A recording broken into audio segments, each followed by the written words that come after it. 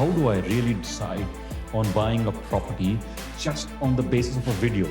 Contracts are exchanged for properties worth, like you said, $500,000, $1 million, whatever, based on videos, based on photos, not physical inspection, because that comes much later. How to do that assessment about those reports, how to read that report, plus how to understand what kind of issue that will result into. Having some of the videos that I've seen where it seems like it's the perfect house and that sort of stuff, and then I come to inspect it and I uncover 1,000 more issues from there. You don't need an expert to go and identify the monitoring stations and that sort of stuff.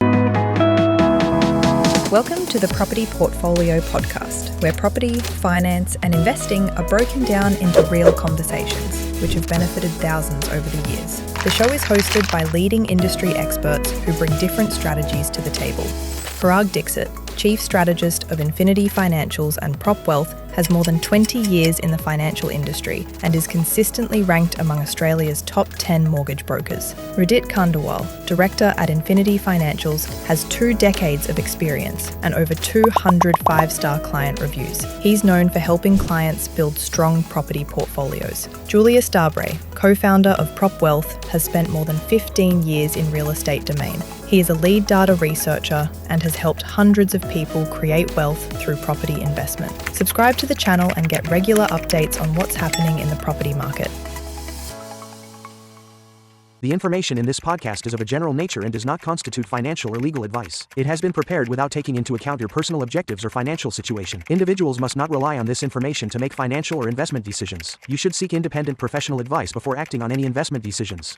Hello guys, welcome back to our new podcast. How is it? How's everything? How's it going with you? Yeah, going. A lot of things happening. Of course, work is busy. There's lots going on that front. But also, we bought a house just a few months ago, and it's an old property, and we've moved in already. The idea was to renovate it. Of course, my wife was strictly against it. She knows that when it comes to things like this, I am not one of the most proactive guys. So she'd scared when we bought it. But yeah, I eventually coerced her into buying it, and now we have to get the renos done. It's a lot of work to be done. So we are just looking at. I mean, it's different when you're on the other side of things, right? So I'm calling a lot of renovators, builders to kind of understand define the scope of it, and then we are getting into that phase. We have to choose every single item and what exactly we want to do. So going through it's time taking. It is a lot of time taking. It's kind of a lot of detailed work though, because you need to get different codes, type of bathroom renovations, tubs. We are looking at bathroom renos, kitchen renos, some major upgrades in the house. So yeah, and when I look at the codes, I'm like, wow, it's gone that high. I didn't expect it to be so. Yeah. I know construction cost has gone through the roof everywhere, and it's not so easy to just make a new house today, and something which you dream of, that's something not so easy to make. One bathroom upgrades is like, it's not small amount now. It's straight away. And we have like 4 bathrooms. We are planning to upgrade all 4, so it's like straight away. The renovation cost is as big as you build a new house nowadays. It's too expensive. It is like that. Oh, you should have told me before I bought it. No. In fact, today that's what we are talking, and today we'll be coming across. It's a very, very good topic, and it's when you brought it up. So we're talking about how people are investing into various areas, how they are going interstate and boundaryless investors, and going to the other part, and you're doing inspections on videos, and you're deciding, okay, on pictures which you get from the real estate agents, property managers, and then you decide, okay, I want to buy this property, I don't want to buy this property. And in this, your decision making points are pretty 3-4 minutes video or 10, 20, 50 pictures of the property, and then you have to go yes or no. And that's where the dilemma of investors are, that how do I really decide on buying a property just on the basis of a video? It's a $500 million, $600, $700 million purchase which you're doing, and the inspection points are not which allow you or doesn't give you comfort. They may be right, they may be wrong, but they don't give you comfort enough to get into it. And then what should you do? And in fact, we are bringing across today very, very well known building and pest inspector, and we'll take his views on what video shows for a layman like me. What do I see, and what will he see with his eyes, and say, okay, if I were you and I was buying it, what kind of things I really point out and take care of and see with naked eyes. You've covered a lot by the building and pest inspection codes everywhere, but still you can always save a bit of money, your 0.25s and your 5,000 which you give upfront, which is non-refundable at the time. So that's a phenomenal talk which we'll have today, and it's something which every investor would always look forward to. How do I really decide on a property, right? How do I get into it first up? Exactly, because BAs are pretty common nowadays. Like a lot of BAs, because people needs help. Yeah. After COVID, borderless investments is quite open, and then there's new field which is quite booming. Yeah. Being in industry from last 5 years, I've worked on more than 1,000 inspections. So getting that report, and then when you're looking at a property, for an example, I'm sitting here, I'm buying a property or helping my clients to buy property in Perth or Adelaide or Brisbane. Only thing what we get in the first instance is just a video. Just a video, and that's it. And that is also been shot by a real estate agent who want to sell that property. So when we'll get that video, from then how to analyze it and what to pick up, it's a big task. 100%. Correct. So mostly contracts are exchanged, just not by a physical inspection. Contracts are exchanged for properties worth, like you said, $500,000, $1 million, whatever, based on videos, based on photos, not physical inspections, because that comes much later. Most likely you're buying a property which is not in your city, not in your state, and that's how these are exchanged, right? Now, and you see a video of what somebody wants to show. Right, so not talking about the intention here, but if it's a sales intention video, right? So it is not an assessment video of the property, right? So it is different, and that's where it becomes important to understand what exactly is going on into, because it has a huge implication. The impact can be very high. One is, of course, losing money. The second is, of course, you are getting into the process of exchanging contract, and it's a hassle. It's operational hassle. It's a lot of stress unnecessary that now later on if you have to take a call. So what goes inside it? What can you take care of before you sign the contract? What can you ask for? That is important. Right. See, and we've been seeing there are states like in the last 3 or 4 years, a state like WA, there's like South Australia, they have been moving fast. So a buyer, when he's trying to buy in the other states, you will find that, okay, you have split time. So, 1 hour, 2 hours, it's not too much of a time is available to you to decide. Because properties would have gone to multiple people, and to be fair to everyone, everybody's giving you their way of showing the property. Nothing is wrong in that. Nothing is bad in that, but it's their way of showing the property. Obviously, when someone's selling, they will show the good things about the property. But those good things may or may not be the full picture. It's not because of anything wrong. It's not because of a malaise, but it's more because of something which is their perspective. And when you're looking at with somebody's eyes, you need to be very sure of what we are doing, and the time frame is low. The information available is not complete, and that's what makes it complicated to be able to decide on that. Exactly, because when you look at report, right, report will be classified in multiple sections. Like you have a minor defect, major defect. In major also you have major defect versus major structural issue. Then every report will have your entire building is conducive to termite infestation. So how to read that report? And sometimes there are issues in a report where it will be classified as a major structural issue. And few defect would be like major issues, but the fixing that major issue, minor issue might cost you more than fixing that major structural issue.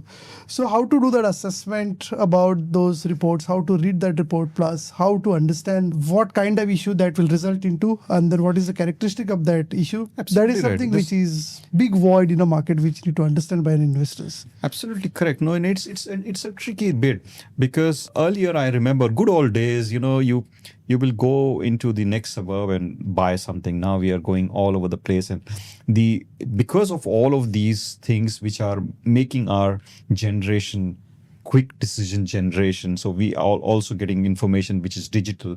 The risk of making mistakes is increasing a lot, because it's a high value purchase. It's not a small value purchase, and with that high value purchase comes the risk which comes along with it, that you can always go pretty bad at some point. Absolutely correct. It's a high value purchase. The risks are higher, and at the same time the time frame is much lesser. One is the decision time frame, which is you probably might have to decide in a few hours itself. Sometimes that kind of pressure is there.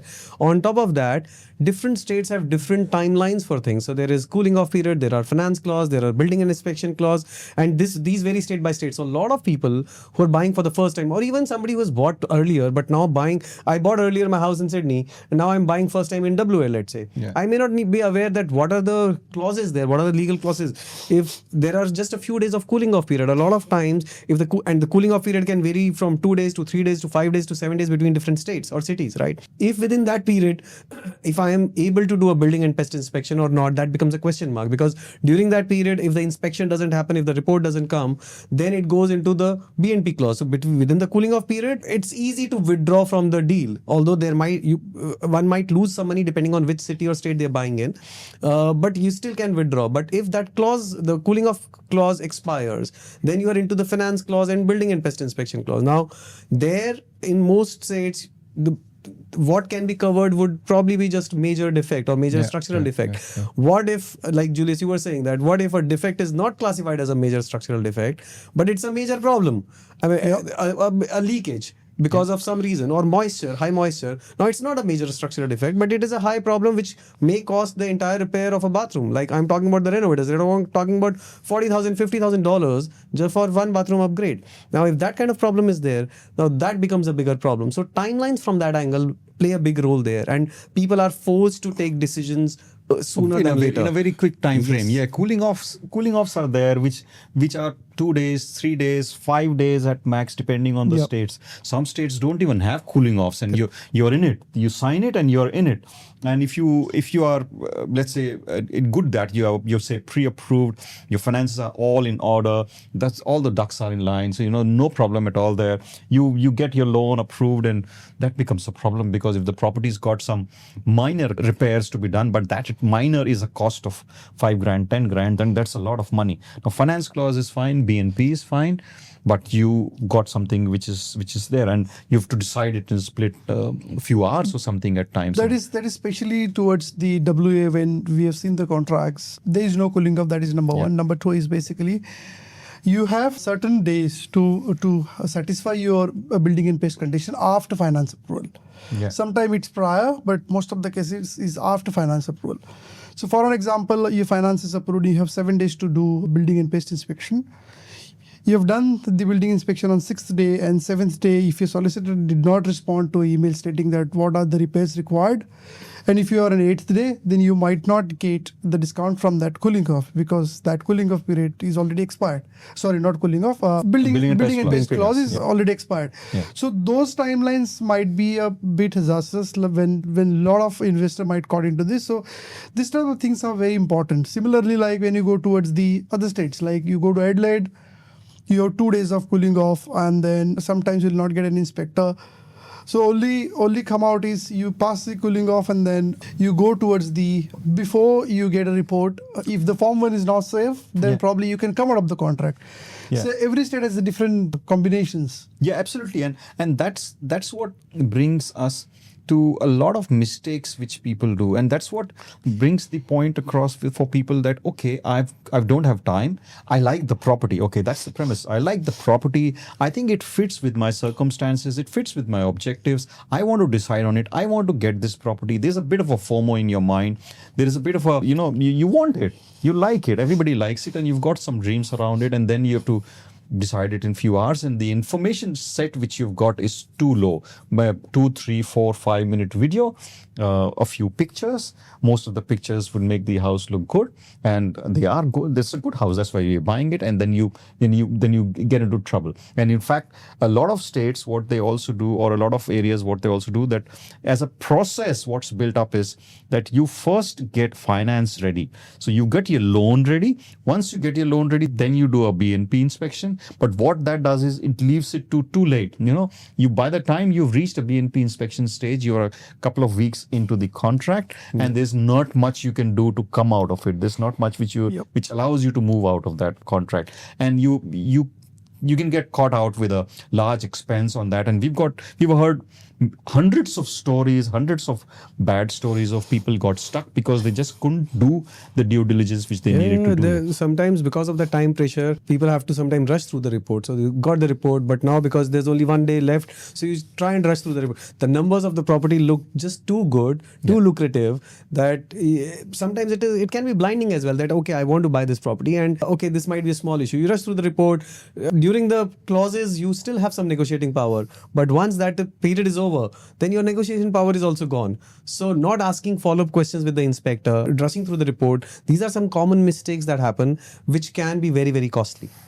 Absolutely right, and that's where the windows important. That's where it's important to have a sane mind, But to have a sane mind, to have your mind calm down, sometimes you feel that you don't have enough information, and maybe the bigger problem is we don't know what are the right questions to ask. How do I ask the right questions so that I get a report which is more conducive to me being able to decide on what I want to do? Because again, like when we talk to Raymond, when we are coming to and we interview him, we understand that every kind of a report is not to be feared about. Every kind of issue is not to be worried about. And sometimes the smallest of the issues are the most expensive ones, which may not be structural, maybe non-structural, but they become an expensive affair to get into. And then I remember there was one client who, everything was nice. The garage door, they didn't check, and it was a bit faulty, and there was nothing wrong in it. They bought it but once they bought it, after about a week or so, somebody was closing the garage. This was an owner-occupied purchase, and that whole thing fell down.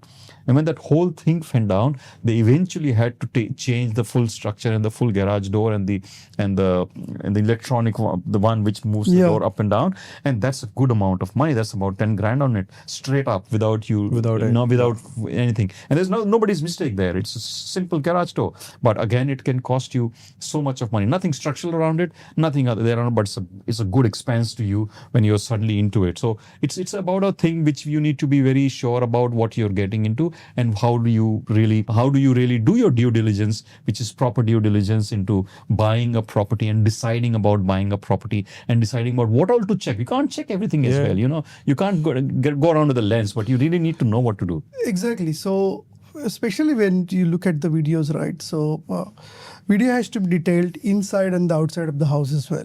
Like when you walk into house, is there any cracks on the walls? When you look at the cornices, then are there any cracks on the cornices? When you go towards the skating boards, is there any dampness near bathroom? Or when you take a video towards the bathroom, then have you seen anything like mold or any moisture in a bathroom? Also, all the windows and the doors are closing correctly. When you walk past the house, then basically outside of the house is very important as well. Like you would have a shed in your backyard which would be asbestos. You're right. And then if you want to remove that shed, it will be additional around 5 to 10 grand of work. So even though there is nothing in the house, but something which is lying outside of the house, which will cost you fortune. I think you're absolutely right. I think first, the rule number one is, if it's not shown properly, then especially video, if it's not shown properly, then probably there's something hiding there. So that is the lens to look at the videos from, not the view from, okay, it all looks very nice. Of course, that's one lens to look the video from. Whether the property looks good or not, the layout and all will be very clear. But if it's not shown clearly, if it is fast, if it is just a glimpse of it, or just not going too close, showing from a distance, and you see something there, but the video doesn't focus there, moves on, then it's time to ask for clear videos. Yes, asking the question is important, right? We have to keep on asking, the roof line, the gutters. So people just miss out on watching the gutters, on whether they are the right things or not, whether it's falling in place or not. They're very clear things, when you go around the exterior, most of the time, most of the structural bits lie around it, what kind of, if there is any kind of a crack in the wall, if there is any kind of that stuff. So just by visually doing it, it's the same way we would do if I were to go around and buy a house on the next street, then I would visit it and I go around the house and I would look around to see, is everything okay? Is the exterior wall showing some kind of a water coming through from some leaking tap or leaking pipeline, or is there a crack coming in the window, or there's a fresh render somewhere.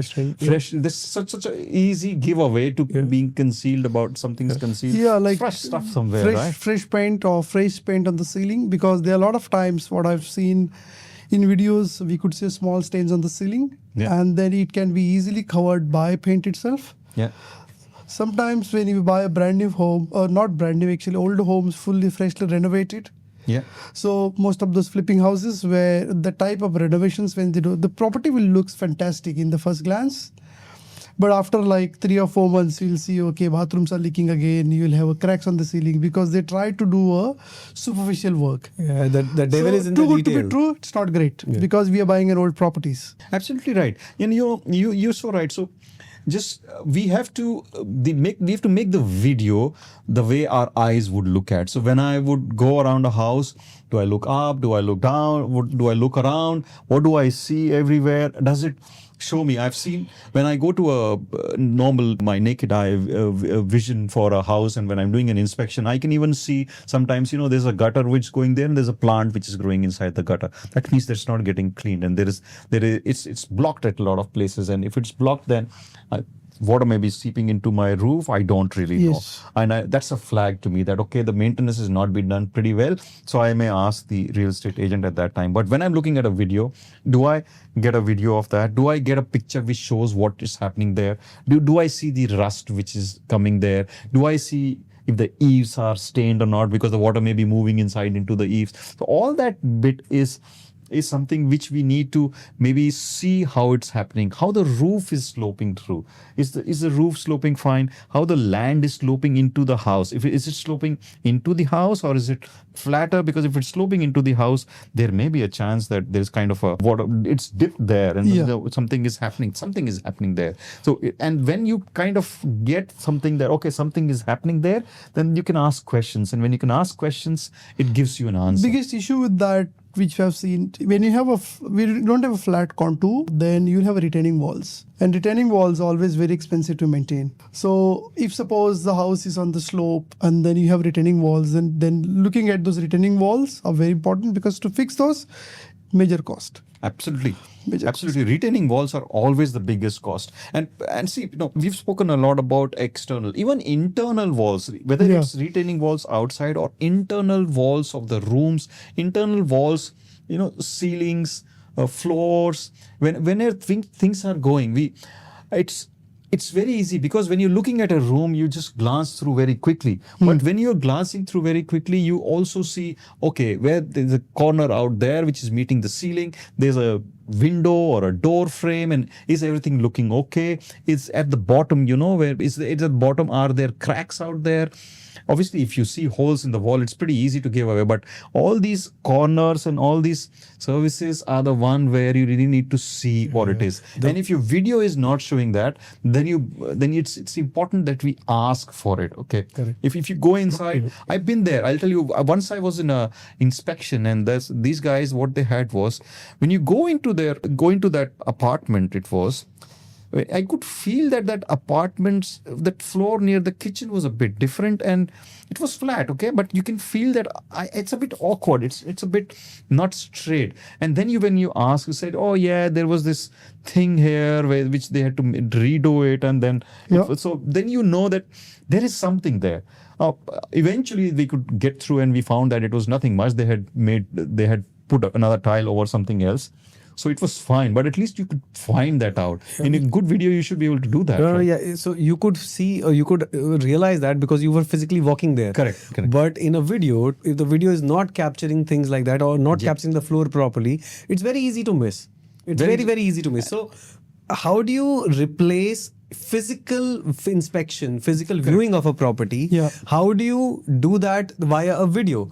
I think that's where it comes down to, and it becomes important to understand that, okay, what exactly to look for in a video, where should it focus, where should it not focus, and if you're not getting that, then can you ask for something more? Can you have a checklist around it? I think that becomes very important, and that's where I think that's where listening from Raymond will be very useful. And like you were saying, that we'll walk through a video along with him to see we'll that be walking how through does somebody like me perceive it versus what a specialist whose job is to do that, how as a professional looks at it, what perspective does he bring into it? I think that becomes very, very important there. That becomes very critical, because they are experts into it, and they can really see through things in a much their naked eye vision is also much better than what they do with their tools and what do they do with their expertise which they bring in. I know if there are like, for example, the most important places where we will always,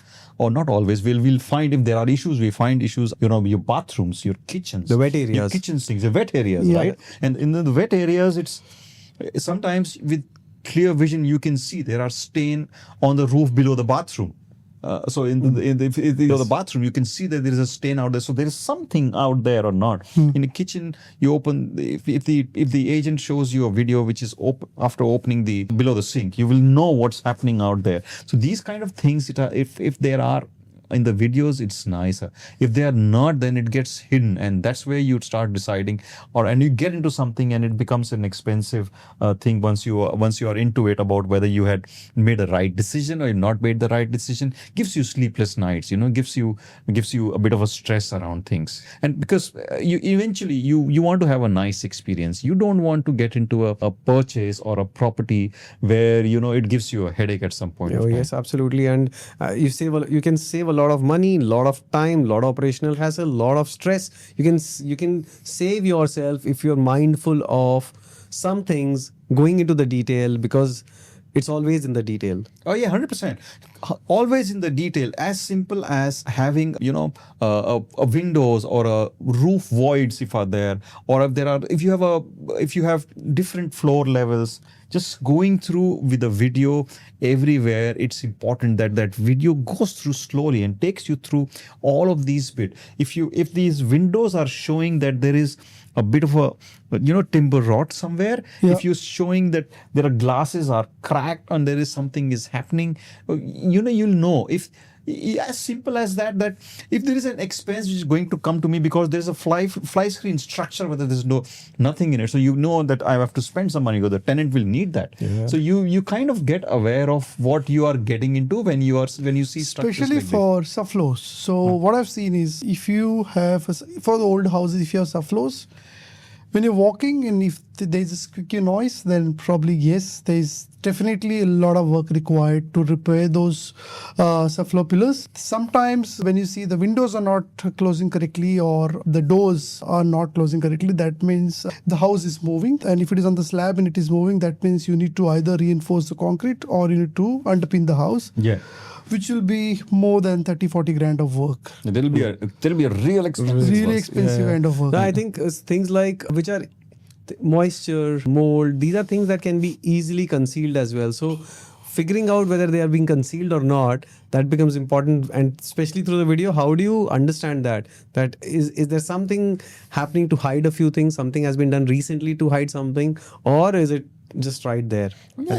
Correct, you're so right. So it is important that it's imperative that when we are doing such a high value purchase, we see around everything, we see around the house, and we make the right decision, and the lack of decision points, and we'll go through a video. In fact, we are going through a video along with Raymond, a video which, to me, when I see that video, and there was absolutely nothing wrong in the house, absolutely a lot of stuff which was already done, but I couldn't see it because I don't have those trained eyes.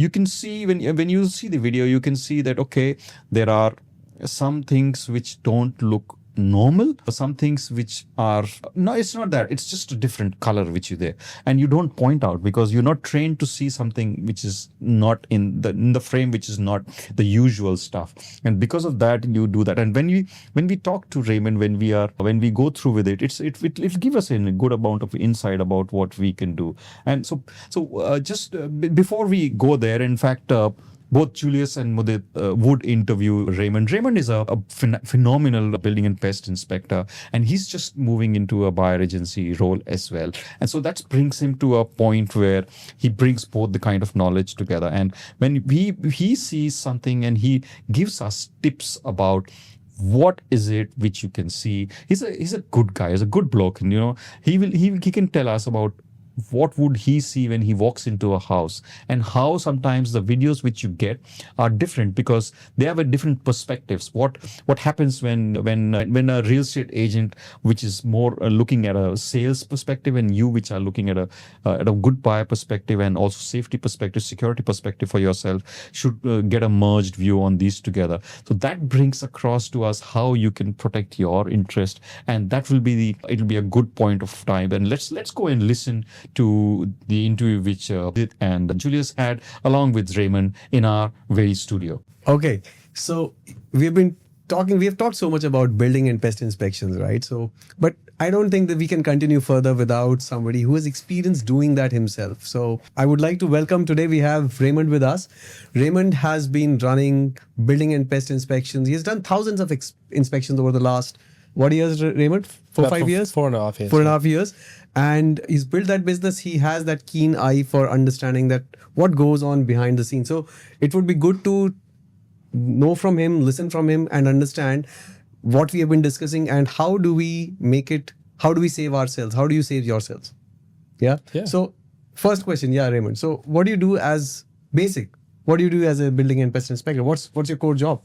Core job would be to essentially guide the client through that due diligence process. So once they've purchased the property, it'll come through to us, and we'll go through and we'll assess the property's structural condition. Okay, so as a nutshell, we look at the structure, we look at termites, and we make sure that there's no sort of structural issues, safety hazards, and that sort of thing. Some inspectors go a little bit beyond that, and they look at sort of cosmetic things and do a comprehensive thing, but it's mostly structural termites is the main focus.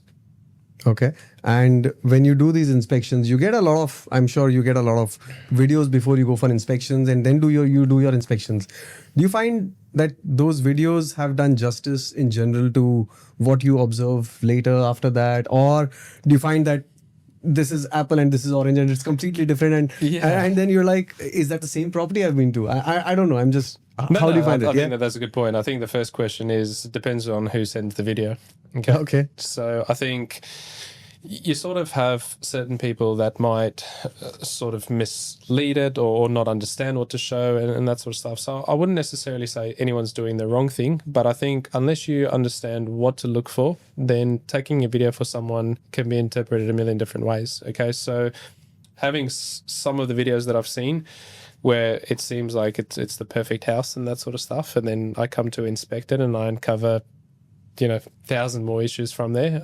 I think that there's some key things that you can observe in a video and sort of highlight that, but most of the time, looking at the video and to the actual inspection, they're vastly different. Have you seen any anomalies in the videos? Like when the real estate agent sends the video versus when you compare it on ground?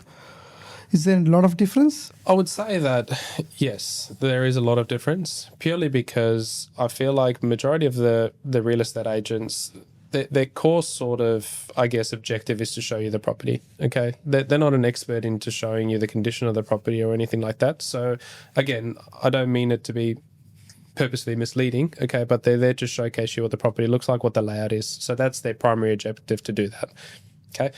So I say that the way that the intent of the video is not the same as what the intent of my inspection is, okay? And that's why they might be different, okay? But I think that there's ways that you can get around that, where you can sort of look at a video, look at certain aspects of it, and then you can get a little bit more information out of it, even if that's not the objective of it.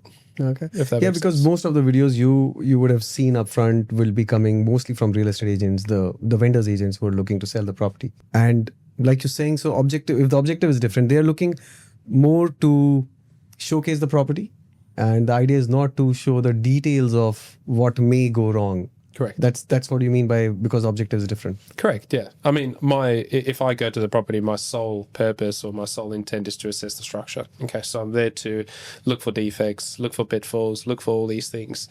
I think when real estate agents or property managers or whoever takes these videos for clients, their objective is not to do that, okay? Because they might not be experienced in it or anything like that. So I think the intent behind the video is to showcase it more so than when I go and I actually do an assessment on it. So I guess to sort of summarize it, yes, it's vastly different. And I think that there are a lot of things, but there's a lot of key points that you can still pick up in these videos. I'm not saying these videos aren't useful, okay? I think once you understand some of the things that you can look at and some of these things that you should notice and that sort of stuff, then it can still be of value. And there's no reason why you couldn't sort of, advise people of exactly those types of parameters that you want them to do. So you can change the intent of the video.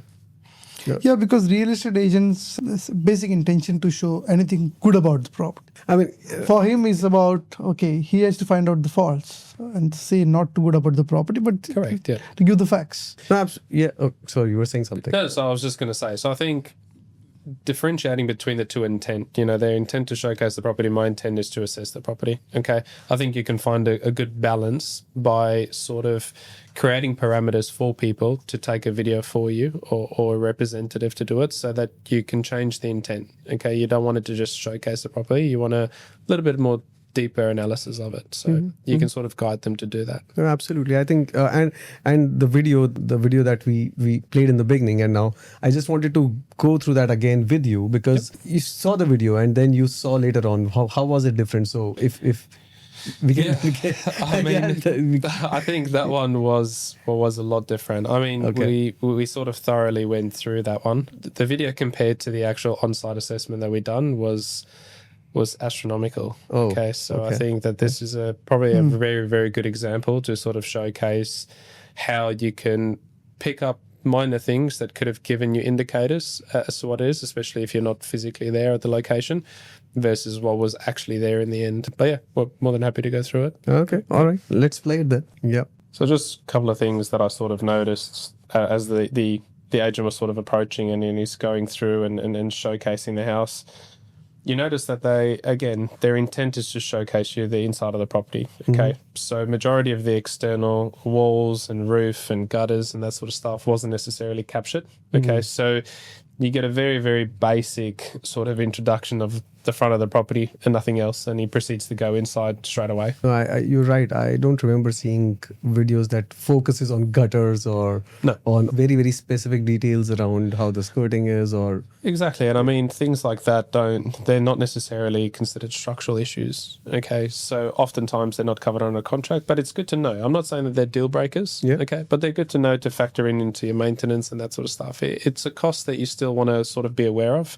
It's definitely, like I said, not a deal breaker. It's part of everyday sort of maintenance, but you sort of want to know. Yeah, before I buy, as much information can get about the property, right? So Correct. And have you seen anyways, we will talk about this video first. I mean, the video is great. I can definitely see the layout of the property. So far haven't picked up on any sort of defect or anything like that I can observe from the video. And so to, I guess, the average investor and that sort of stuff, they can look at this and they can see that, spacious property, great layout, it's very practical and all that sort of stuff. But later on in the video, I'll sort of point out a couple of cues that are things that raise a bit of concern for me. And then I'll sort of dive into my actual assessment on site and how much that uncovered. But it's points that I noted on the video sort of prior to the inspection. So you'll sort of see him approaching this right elevation corner and he starts to turn to show you the elevation of the yard, but very quickly scans over that corner of there. And if we can just pause there for a second, you'll see on the upcoming photographs here, a key point to have taken away from that corner is the downpipes were not connected to stormwater. Okay. They basically did an unconventional extension in that end. Okay, so there's a lot of moisture discharging on the corner of that building. If you take a closer look at the video, you can actually see the step cracking on the wall. Yeah. And so those are things that aren't necessarily showcased in the video, but by being able to see the stormwater was not connected and it was unconventionally connected, the consequence of that was the cracking, so on and so forth. And if that doesn't get addressed, long term, it'll continue to get worse. Yeah, and you're absolutely right. It was captured for not even a fraction of a second. Yep. For a layman like somebody who's looking at just a property as very briefly, it will be difficult to see and notice that and figure out that this could be a problem. Yep. So, I mean, if we sort of summarize it then just on that point, when you sort of what you want to look for in a video in that sense is things that can start to affect the structure, okay? So are there large trees close by? Are there stormwater? Is it connected to drainage? Okay, what are some things that are going to affect the ground or soil condition around the property? Okay, because those are the things that's going to cause you issues. Nothing like the fence being damaged or the gutter being rusted. They're good to note, okay? But they're not things that can lead to significant consequences later on, okay? So gutters being a little bit blocked, clear them, okay? The ongoing maintenance. It can have a catastrophic effect if you leave them, okay? Water can overflow and stuff. But the key points would be to look for stormwater drainage, look for large trees and that sort of stuff, because those are the things that can affect your foundation. Larger trees would have impact on the sewer as well, right? Because if they have a larger roots, then in some cases they do. Okay, it depends on the region and that sort of stuff. So, like, I mean, I've seen it where tree roots they damage the stormwater drains, they damage some of the sewer lines and that sort of stuff. Okay, so just because a property has large trees doesn't mean that that's going to be the case for you. Okay, so I think often people overthink that portion of it. I more mean that if there's a large tree within half a meter of the footing, okay, it's going to cause structural damage to your building. Okay, so you want to sort of look at points like that. But stormwater drainage, that sort of stuff, external wall cracking, those are the sort of key factors that I'll be or wanting to see when I look at a video like this. Okay. And it doesn't have to be detailed. Yeah. And another thing, when we were looking at these, you mentioned something about termites on this property, but the video was not. Again, it just fleetingly went across something. What was that about? What are the details there you want to talk? So, I mean, we'll go through the portion in the video where it sort of comes up. I think the agent does proceed to take you sort of through the outside. I mean, to an untrained eye or someone that doesn't necessarily have experience, it might be something that you would overlook. But something that I noticed straight away from the video was at the front elevation here, you guys will notice that there's a green sort of, we refer to it as a monitoring station. Okay, so these monitoring stations get installed. So right there, if you just pause there, you'll notice that there was a green monitoring station. Now, typically with a property of this construction, you would see that they would do, a chemical treatment around the perimeter and that sort of stuff, and that's how they protect it. The monitoring stations was a bit odd as a termite management system. It's not really what I would expect to see to protect the standard for a property of this size, this construction, that sort of stuff. I would like to see a perimeter injection or whatever. So highlighting something like that and being able to see that they've got monitoring stations in there, it sort of further prompted me to go and investigate a little bit. And through that investigation, we sort of uncovered significant termite damage. I mean, there was termite damage in the walls, there was termite damage in the roof, there was termite damage in the skirting boards, all that sort of stuff. Okay, so it's a small indicator like this that monitoring stations are not uncommon. Okay, so I don't want to say just because a property has monitoring stations, you should worry about it. But the combination of how they should have treated this property and what was there was odd to me. Okay. So that prompted me to further investigate it a little bit. Okay, so key signs like that. But I mean, there's a combination of stuff. If we go back to the drainage, moisture attracts termites. Okay, so there's so many things that is highlighted in these videos that sort of causes for concern for short-term and long-term. Okay. So like you're talking about monitoring station, termite monitoring, right? So will it be there if some property already has had a termite, or is it also put as just a prevention to figure out if that activity may happen? Or generally, should I assume that if this was put, that means there was at some point of time this property would have had some termite? It depends on sort of the situation.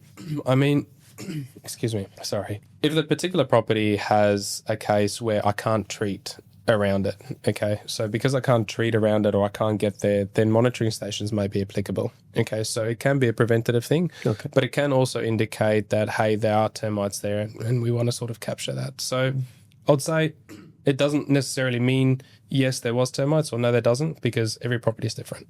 Okay. All right. Interesting. No, thanks for highlighting these, what was real and what was. It's just hard to imagine by seeing a video. I think it comes to an important point that from a video perspective, if it could be so different from a video that is shared by an agent and what you actually find out there, then what should someone who's looking to buy a property based on seeing a video, It's a lot of money we are talking about. What should they ask? What should they think? What should they look for in the video? Or should they ask for another video? Or what kind of detailing should somebody ask when they're looking to buy and invest based on just videos and images?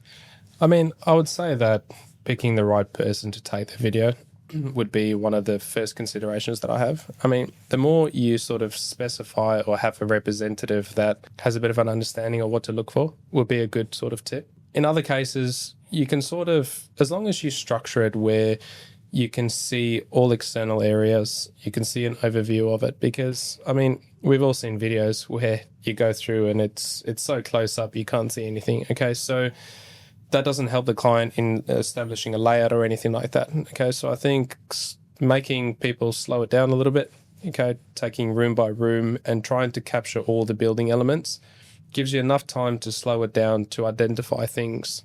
Cracks, are they connected to stormwater? You know, are the gutters rusted? Are they overblocked? Is there large trees around? So all those things. I think by slowing it down and just trying to get people to take a bit more of an overall approach, okay, because you can't also just look at a set of cracking in a video and go, yep, there's structural issues or not. Okay, so I think it's much deeper than that. I think also the primary focus should be for videos to essentially look at these maintenance and cosmetic things, okay, because at the end of the day, every contract you're covered by the structural clause and you're covered by the termite clause, okay, so you don't need an expert to go and identify the monitoring stations and that sort of stuff. It's a good sort of case study, but I would say that forget about those things in a video. You don't have to identify them because the BMP inspector will. Okay, so that's where you rely on that expertise. But looking at things cosmetically, you know, ceilings maybe sagging a little bit or dropping, corners cracking, you know, is there a bit of moisture on the other sides of the showers? All those sort of stuff you should be able to visually identify. Okay, so if you focus on high risk areas, I would say, high risk areas would be stormwater drainage on the outside. On the inside, we want to look at the other sides of showers. Is there any evidence of paint bubbling or mold or something like that? Okay, ceiling linings, is there signs of, you know, cracking and that sort of stuff? And then just cosmetic damages, you know, are the gutters rusted? Is there signs of, you know, water staining on the eaves and that sort of stuff? Okay, because those are things that might not necessarily be covered under your contract, but it can be costly. So, for an example, in Queensland, we are very careful about a lot of properties are conducive to termite infestation because of the weather. What are the common causes in, for an example, Perth, where on the ground the soil type is very different than what I've seen across Australia? Yep. So, what kind of problems you have faced most of the time? With regards to termites? Termites, or what are the common problems in the building? I mean, if I wanted to solely focus on termites for a second, I think the misconception that's often out there is termites are everywhere. Okay. They're called subterranean termites because they live subterranean. Okay. So they're under the ground. Okay. They're part of the ecosystem to digest decaying wood and that sort of stuff. Okay. So you're not going to get rid of it. So I think an important thing for, I guess, anyone purchasing a property is to understand just because termites are in the yard doesn't mean that that property necessarily is not a good buy or anything, because I guarantee you that majority of the properties probably have termites in the yard, okay? It's usually highlighted by building and pest inspectors to show you that there is a high risk to the property. Okay, the moment that there's active termites there and you don't have an active treatment around it, there's nothing to stop them from going over. Okay, so just because the termites are there doesn't mean it's an issue.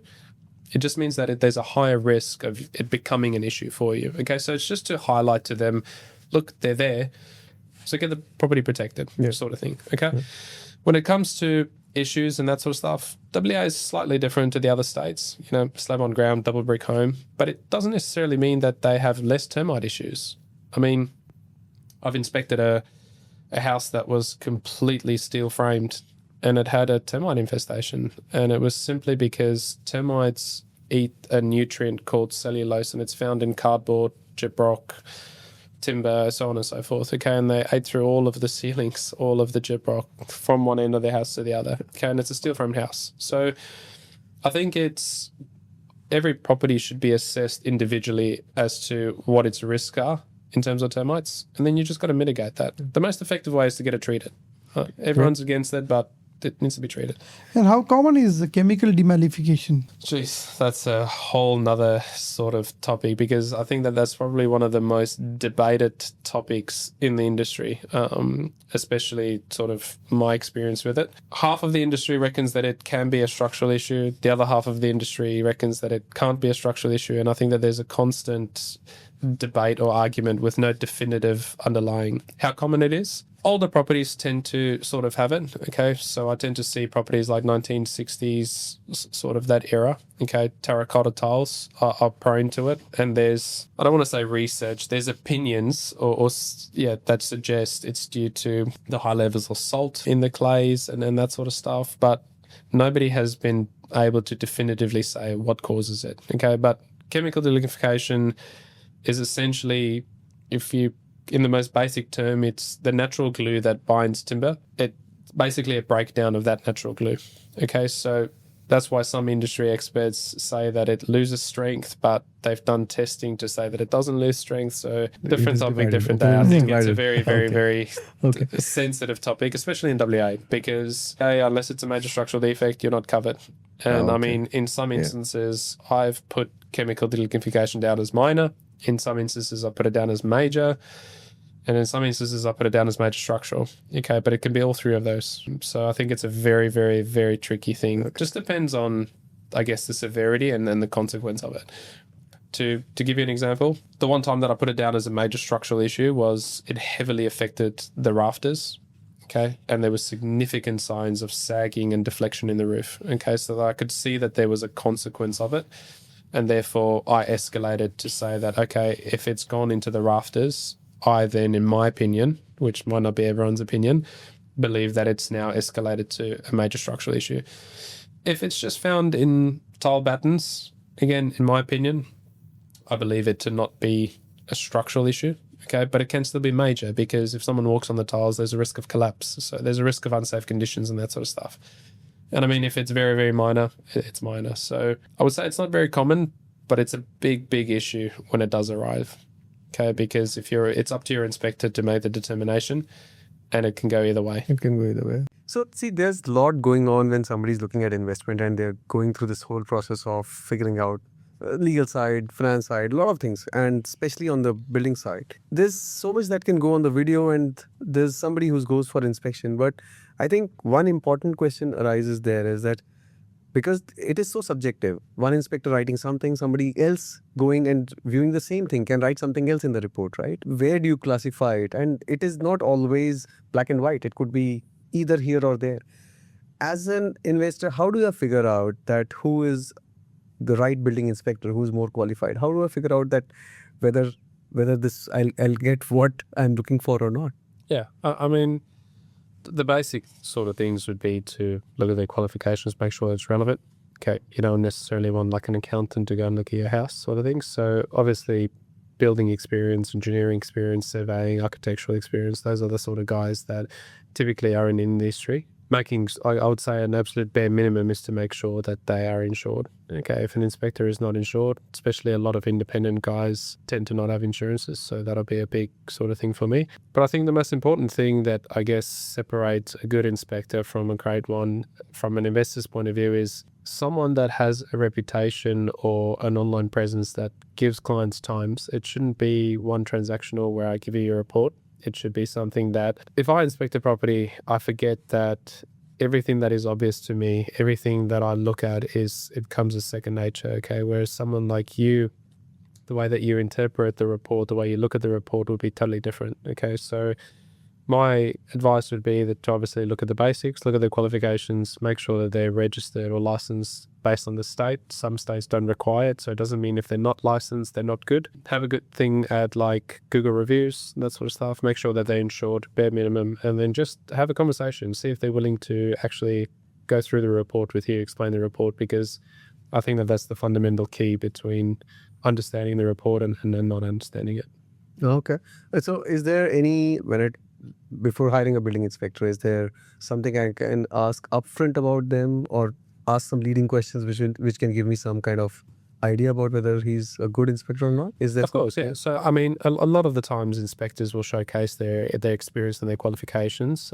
You can sort of request that they provide to show that they've got insurance.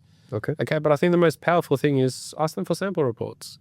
Okay. Sample reports. Okay. A sample report is something that is, I think, key in understanding to what level of detail do they report, to what extent do they do, what sort of things. Because, I mean, how often have you gone to a building inspector's website and it says, we check A, B, C, D, and the list goes on. And then when you get the report, it might only be 10 pages. Okay, so I would say request a sample report, see what you're actually getting, see the level of detail, see if there's photographs, because those are all things that can help you understand the report a bit better. Sample report bit is a bit better because when I was qualifying inspector around 5 years ago when we started, I got few sample reports. Few sample reports are like yours is too descriptive. That's how we communicated and we started working together. But the few reports were only 6 pages. Yeah. Are those something which is mandate or there should be a little more in the report?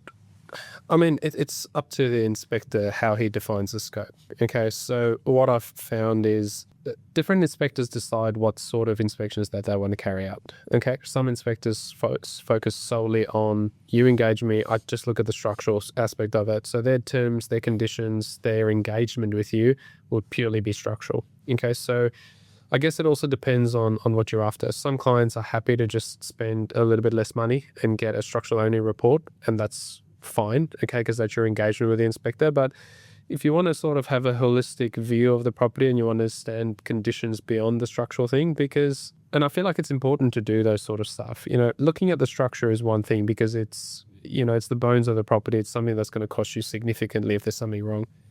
Okay, but doing a bit of a comprehensive inspection and looking at something like a broken roof tile. Okay, broken roof tile at face value, $50. You can change out the broken roof tile. If you leave it, it now leaks onto your ceiling, causes your ceiling to sag. It's next to electrical cables. You have a shortage.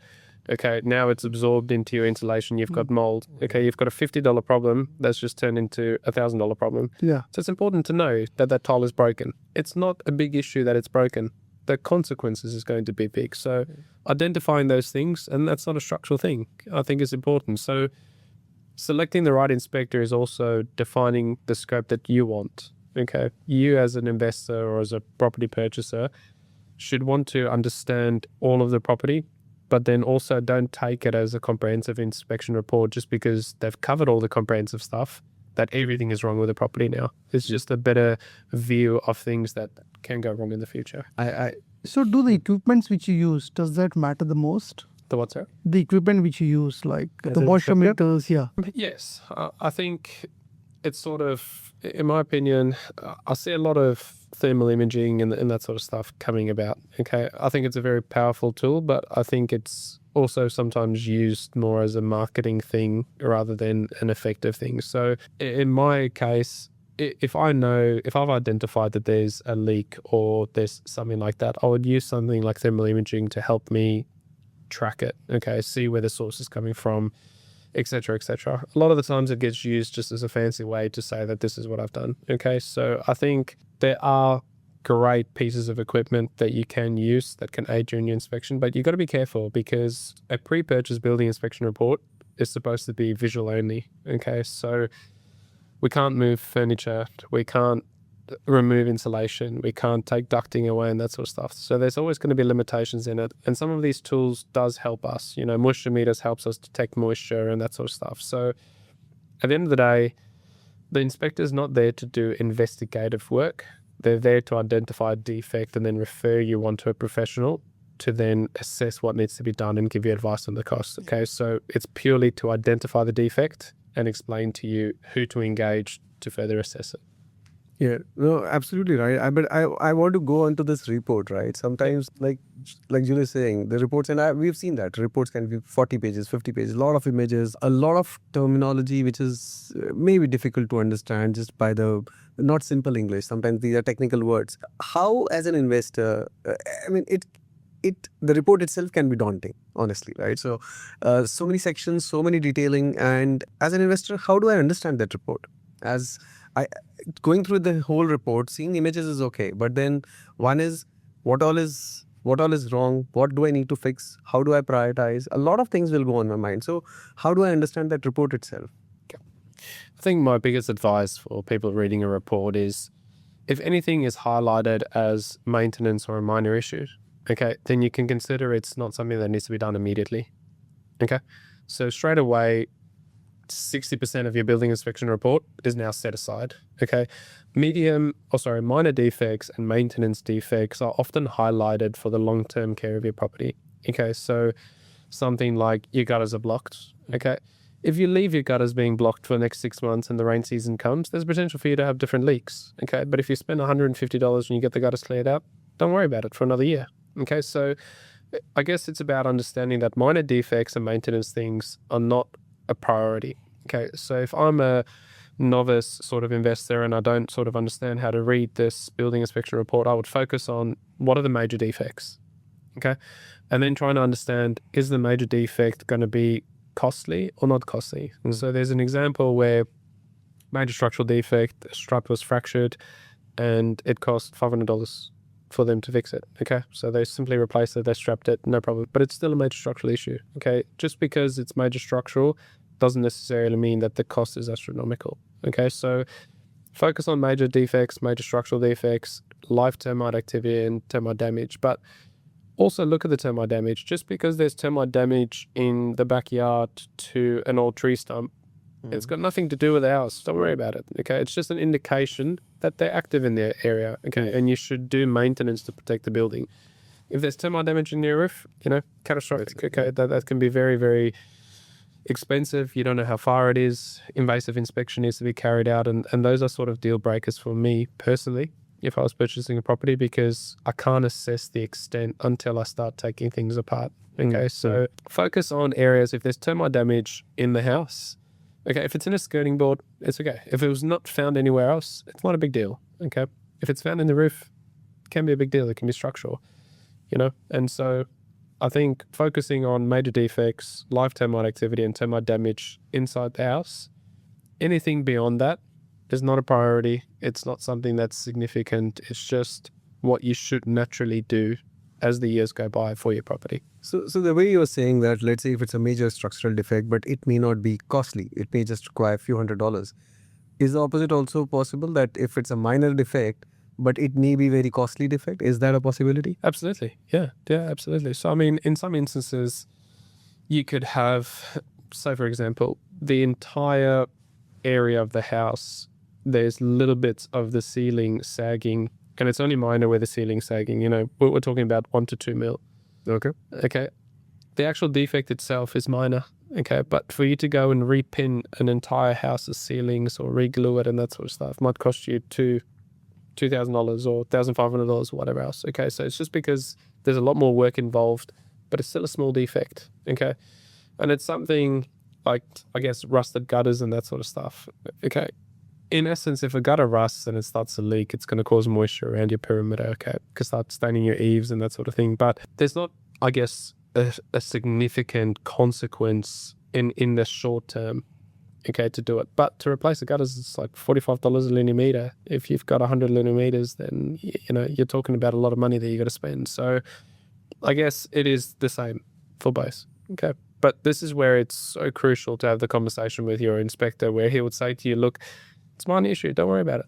Okay, address it in 12 months. No worries." And that's where you then talk to your property manager. Once you understand the severity and sort of the time frame that it should be done, you talk to your property manager to implement that in as a maintenance plan, and they'll just take it from there. They'll get the professionals to quote it and give you an accurate figure of it. Okay, but I shouldn't say disregard minor defects, but maintenance items and minor defects, 9 out of 10 times they're okay. Okay. Yeah, so, okay, fair point. Now, as an investor, I look at the report and I've got, let's say, some major defects, and I've had a discussion with the inspector. He explained whatever XYZ to me, and what do I do? What's my next action point? Do I get, should he or she be able to give me a quotation for this, or should I go and ask around that what's the cost of it? What's the next step as an investor? So I think building inspectors are quite cautious in giving certain pricing or certain estimations, okay? Because as I explained, something like the termites in the roof, I can't determine the extent that needs to happen. Okay, so oftentimes I can identify the defect, I can recommend an invasive inspection, and only once the invasive inspection has taken place where they've taken insulation away, removed walls, we can determine how much needs to be happening. Okay, so there's some limitations into what it is. If it's basic things like gutter cleaning or regrading your shower and that sort of stuff, those are set costs, okay? And those are the type of things that building inspectors will give you advice on. If it comes to things that need to be quoted, speak to your property manager, speak to your building inspector, because they'll have professionals that they would recommend to do the work, okay? And the best way to go about it is to engage those people to give you a formal quote based off of their assessment, and that's how you understand the cost of it, okay? So is that something, if I have to engage somebody else to understand the cost, should it be done during the time of purchase itself? I mean, before I can finalize and say that the property is going unconditional, is that something that can be done, or does it happen later? I guess it depends on your contract. So if your contract is for major structural issues and, there's no major structural issues, then you can't negotiate on it. Okay, so then it's just something that you'd have to run the risk of. If your contract allows it, then absolutely, okay? At the end of the day, you sort of have to ascertain, in my opinion, what you're willing to sort of do. So every major defect is repairable, okay? Is the risk of or the cost to you, is that going to be a deal breaker for you or not? Okay, so once major structural defects have been identified, if it's a couple of $1,000s to fix it, okay? Get it fixed by the vendor, you fix it yourself, renegotiate on the price and that sort of stuff. So understanding what that is, sometimes if it's not defined as a major structural defect, then the inspector would have most likely highlighted it as a minor thing, and you've got time to do it, okay? It doesn't have to happen immediately. Most of the time with major structural defects, it has to be attended to immediately, okay? So it's recommended that you get this done ASAP. In that instance, with the way that the contracts are designed, more often or not, it'll get fixed straight away, okay? So that is something that will happen before the property goes unconditional, okay? But everything outside of that, again, speak to your inspector. If it's urgent, try and get quoting, try and get pricing and that sort of stuff. But if it's just a minor defect and maintenance things, you can do that with time. Your property manager can go through and engage the appropriate trades to start getting a bit of a picture together for you. Okay. No, that's a fair point. No, thanks a lot, man. This has been very helpful. Before we go, what are the last few things or tips, summary I would say, for our listeners and viewers? What would you say? I'd say that when doing due diligence on a property and that sort of stuff, it's great to get the videos done. Okay, they can be very informative, but I think that you should sort of push an agenda for whoever's doing it for you. Okay, try and get a bit of a better picture and that sort of stuff. Always engage professionals around you. More often than not, I see so many clients where it's like, oh, I got to pay $500 for a BMP or $600 or $700. Even if you have to pay $1,000 for a BMP report, if you get the value out of it and actually understand what comes through it, then spend the money, okay? Speak to professionals, get them in and that sort of stuff. The other portion or my tip for clients is go into reading a building inspection report that you can expect it's going to sound bad. It's a defect inspection report. It's designed to be bad. It's designed to show you what's bad. It's not the sales video. Exactly. Okay, so decipher between what is actually a deal breaker and what's not. And as I mentioned, if it's maintenance and it's minor, more often than not, it's not a very costly thing, okay? It can lead to, like the tile example that I gave. Yeah. So spend $50 to dress the tile, and then you won't spend $1,000, okay? So it's small things like that I would say they're not deal breakers, okay? And just because they stack up and there might be 10 or 15 of them, they're very easily addressed, okay? And then I'd say find the right inspector that has the time to sit and actually help you decipher through this, okay? Because that's going to be very important for you. Because you might miss out on an amazing deal. The numbers stack up. Your buyer's agent went through, he got you an off-market deal. It's $50,000, $60,000 below market value and everything. And you walked away because there's a couple of broken roof tiles that you didn't want to sort of fix. So understand the severity and understand that not all defects are deal breakers. No, that's wonderful. Thanks a lot, man. This is really a lot of things for me as well today, talking to you. That's some things that I didn't know about. Yeah. No, thank you. Thank you. Thanks a lot, Raymond, for such an insightful session. I hope it helps a lot of people. Thanks for having me. Thank you. All right, boys, welcome back. How was your chat with Raymond? It's a lot of good stuff, huh? It was great. It was So great. yeah, I think there were a lot of things which were good to understand, good to learn, right? So there are things, especially like covering things. He spoke about how the video, see, in certain areas it's just moving too fast. Yeah. That means just pause. He made us pause there, and then we made us notice that okay, see, it just moved too fast. There were a few things that you had to notice here, which otherwise you wouldn't. And there are things that are very difficult to notice otherwise, unless you are prepared and you have thought about it in your mind that yes, I'm going to look at it from this angle, whether it is a good property from different defects or renovations or perspective. If you're not thinking about it, then it's very, very easy to miss out. Very, very easy. 100%. I remember when I was listening to you guys, and I remember he went through that video and he said, "Can you see that green spot out there? That green spot is actually termite Monitoring station. Yeah. Yeah. And I thought that green spot was a kind of something toy in the garden. I would never have, wildest of dream imagined that this is what it is. And it's so easy for someone to miss out. We still do properties and we still understand stuff, and it's so easy for us to miss out, so easy for other people to miss out as well. And it's a same thing. I remember seeing that drain, and that drain which is out and it's stormwater drainage? Stormwater drainage. It's so common. I feel so many houses I've seen that they don't properly connect it and they don't properly do that, and these can lead to damages. And we don't. It's such an eye-opening thing when you listen to people who are experts in their field and they really know what they're doing and how we can really find out and get these things corrected. Right? There was a great highlight on the termite damage as well. There are few points where in toilet on the architraves there was a termite damage, and then how the termite went up to the roof.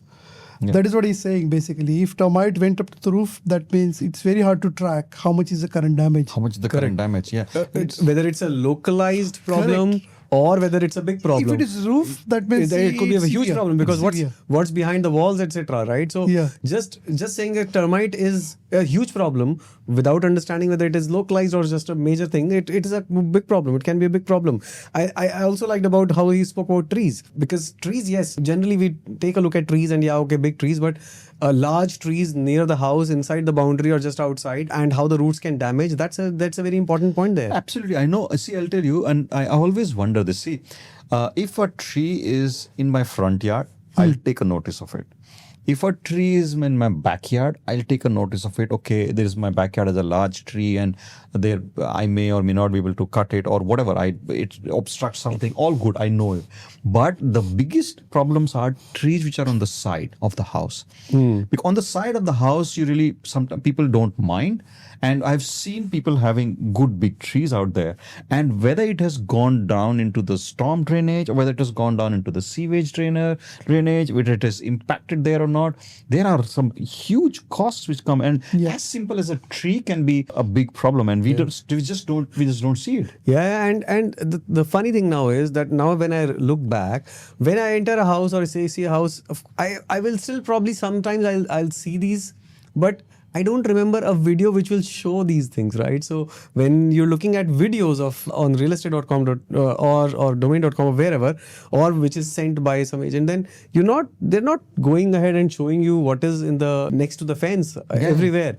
But now it just opens up my eyes, and I think that's where sometimes, as simple an act as going on the street view on Google or Google Earth is a very common, simple tool, not common, but simple tool which you can use so that you can find out, okay, whether we are going the right path or we're not going the right path, or whether this house is worth taking for me or I don't want to do that. It's such a easy way. Street view is nowadays so reliable. You can easily know what kind of a fence I would have, what kind of a property I'll have, where do I get into, and what's allowing me to do, what it's not allowing me to do. So it's so many good takeaways. It's a phenomenal guy. No, right? it was. I think it was a fantastic interview, and it not only eye opener for us, but I'm sure eye opener for a lot of our viewers and listeners. What to look for, and the timing. I think if I were to have some key takeaways for me from the whole talk and from what Raymond just told us about,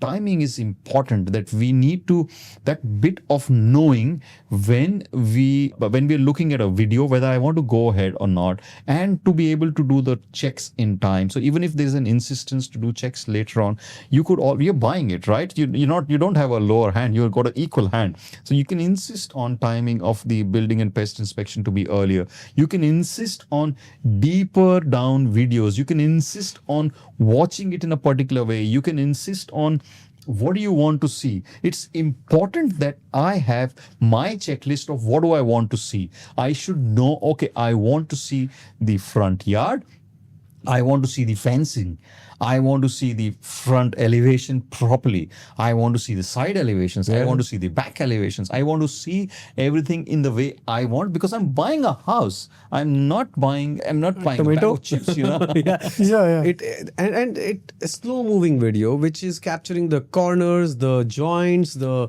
skirtings, the window sides, the door sides, anything, Gutters. and the colors of it, anything. If you see something which seems recent painting, recent patchwork, then zooming into it. I think those are things, wet areas, taking a very slow moving video of from the top ceiling till the corners, till the bottom floor, and moving it slowly. I think these are important things. Right? No, this is a good point. See, when I would go around and I would want to do an inspection in a house, in my physically, then definitely if I see some kind of a crack, or if I see some kind of a new repair or something, I would naturally go there and I would want to see what it is all about. And I'm all allowed to see that. And I think nobody is obstructing anything to see that. But it's all about whether I'm curious enough and whether I'm really wanting to do that. So when I'm curious enough and I want to see that crack, I should be able to do that in a video as well. So asking questions, asking more information is not wrong. Asking detailed video. Asking detailed videos is not Do a wrong. live video call, understand each and every requirement, show you all the corners outside, especially the eaves in the older properties. If the eaves, most of the eaves are the asbestos. If the damage is leaking, a lot of cost involved. So thorough inspection of inside of the house, rooms, bathrooms, the exterior of the house. Sometimes there are a lot of instances where your fence is made up of asbestos as well. That is also an extremely high cost. Yep. So, I was just saying, no, absolutely correct. So I think upfront videos very important, and then next comes is that how do you choose your building and pest inspector? He made some very good points about checking the license and all that. So it is very, very critical to know. Social validation is one of those things. So choosing the right inspector, and once you have the inspector in place, once the inspector has made a report, that you're paying that guy to make a report, to do a detailed analysis of the report, go through that report properly, and go ask your inspector to walk you through the report, to help you understand the report, decipher it for you, and if there's anything that you're not understanding, ask him questions. Absolutely right, Nis. So I just want to dwell upon this point which you're talking about, choosing the right inspector. See, if I were to look at all the safeguards I have when I'm buying a property, and one of the first safeguard is that there is a cooling off. Then the second safeguard is there is a finance clause. And the third and more important and equally important safeguard is the building and pest inspection. These are the three safeguards I have when I'm buying a property. Cooling off is fine. It allows me for change of mind and all that. So whenever I'm doing a video inspection, if I am able to see the right picture when I'm looking at the videos, and if I'm able to do all that, good. But what I know is, if I've missed something structural, so the video went along and I saw the walls and I saw the ceiling and everything is fine. To my naked eyes, it looked good, but there is something behind the wall which is not right. I am depending on a building and pest inspector to be able to inspect and give me a report and tell me, okay, everything looks good with naked eye, but there is a moisture behind the bathroom wall and it's a very high moisture reading. So I rely on them. Now, if I've got a building and pest inspector which is not qualified, and Raymond had a good points about that, on how we can have qualified people, and people, it's important that if somebody's got a good construction industry experience, it's a phenomenal thing because they would be able to pick it up. So I should know who I'm getting into. Sometimes the first guy who comes on Google may not be the best guy. So you need to really know, you need to really read the reviews, you need to maybe interview them on what kind of reports they make, how do they make that report. ask for a report. sample report. Ask for a sample Ask for a report. sample report. Look how detailed their reports are. For an example, I'd been through multiple reports before I select few inspectors, and then what we have seen is according to the state guidelines, few people are very conservative in making the reports. Few inspectors are very detailed into the report. There are a lot of inspectors who use instruments which are like from Bunning. So if you use $20 Bunnings moisture meter, you'll not find the great quality. But there are a lot of inspectors who use good instruments where you can see actually what is behind the wall. So when you see those reports, kind of inspector reviews, then it will be very helpful to understand what kind of report it is and where you're getting into. Yeah. So choosing that kind of inspectors are very important. Yeah, because your entire thing depends on them. And I was reading one of the articles some point of time ago, one of the news bits which was there where somebody did, after 3 or 4 years, they took action on a inspector because there was a massive 150 grand or kind of a damage which came to them because of somebody's initial point of negligence. And it was not an intentional negligence, but it is because of professional not doing the job properly. But what happened, this is a different thing, but it's important that you're relying on a massive purchase for that. And if that massive purchase guy is not qualified or not trained enough, then you're going to get a subpar report. And if you get a subpar report, you don't really go through that. And then comes the important bit. Okay, I've got a building and pest inspector who's good and he or she's made a nice report. They should be able to teach me the report as well. They should be able to explain the report to me as well. A lot of times it's written in technical language, and we don't understand technical language. That technical language needs to be explained to me in something which I understand as a layman, and I am able to make head and tail out of it, and I'm able to decide, okay, am I fine to buy this property, or is it something which is getting too much into me, and which the cost is the important one which comes from there. No, absolutely. And sometimes, like he said, that sometimes the cost and severity of a problem may not be directly correlated, right? So it might be a big problem, a major defect, but the fix might be $500. And at the same time, there might be something which seems not a major problem. It can be handled later, but it can be a $20,000 thing. So it's not only about the major defects only, but reading the report to understand what are the other things, figuring out what is there. And there's a very direct good use of this report, because if there's something, you can use it to renegotiate. You can use it for creating a plan which you can use for maintenance for a long term, right? So this report is very, very handy in both the aspects, and there is no way that it should be taken lightly. 100%. You can talk to the building and pest inspector if they can tell you some bit of cost. If they have their own liabilities and everything, but otherwise the property manager can get one, or you can get someone who can come and repair, or a small builder or a renovator who can come and tell you the cost which you're going to get into. But then it gives you power to negotiate on the price, yes, or gives you a power to walk out if you've got something which is relevant, and if you've got something which allows you to do the negotiations, right? Also, if you have maintenance plan given by an inspector, follow it. A lot of people just get a negotiation, keep that money, and then don't use those money towards the repair work. Yeah. And over the period of time, it deteriorated, and then there'll be massive cost. Absolutely So right. prepare the maintenance plan and then follow it. Absolutely right. So it's important, like we spoke about, it's important that all of these 3 bits we are able to do. Watching and asking the videos, watching and asking the pictures.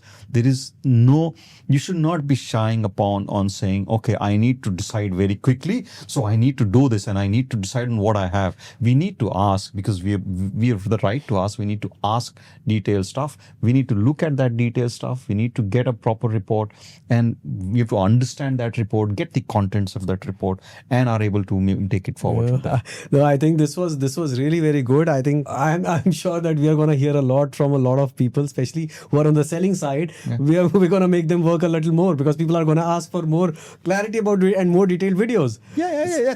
I think both sides are right. So when we were talking that the job of a seller agent is to make the property look nicer. and they're doing nothing wrong there. It's their perspective, and they're trained to do that. And similarly, the job of a building and pest inspector is to point out mistakes. Their job is to make a negative report. Their job is not to make a positive report. This guy's job is to make a positive report. Yeah. And me as a buyer, my job is to make understand what I'm getting into by asking questions from all of these guys. Yes. And both of these guys should give me input, which helps me to buy, right? Yeah, that's right. Absolutely. No, this was good. Lot of insights, lot of takeaways. Thanks, guys. Thanks for also letting me be a part of this so that I could know all of this and understand a bit more. Yeah. Yeah, get your house repaired probably. All right, guys. Okay, thank you. right. Thank you so much. Thanks for Thank coming. you. Bye. Bye. We hope you enjoyed the podcast. If you enjoyed being part of our community today, please take a moment to rate and review the show on your favorite platform. We don't want conversation to end here. We're all active and ready to chat. You can connect with each one of us directly via the links below. Thanks for watching. Keep listening. We have a lot of podcasts. Share your thoughts.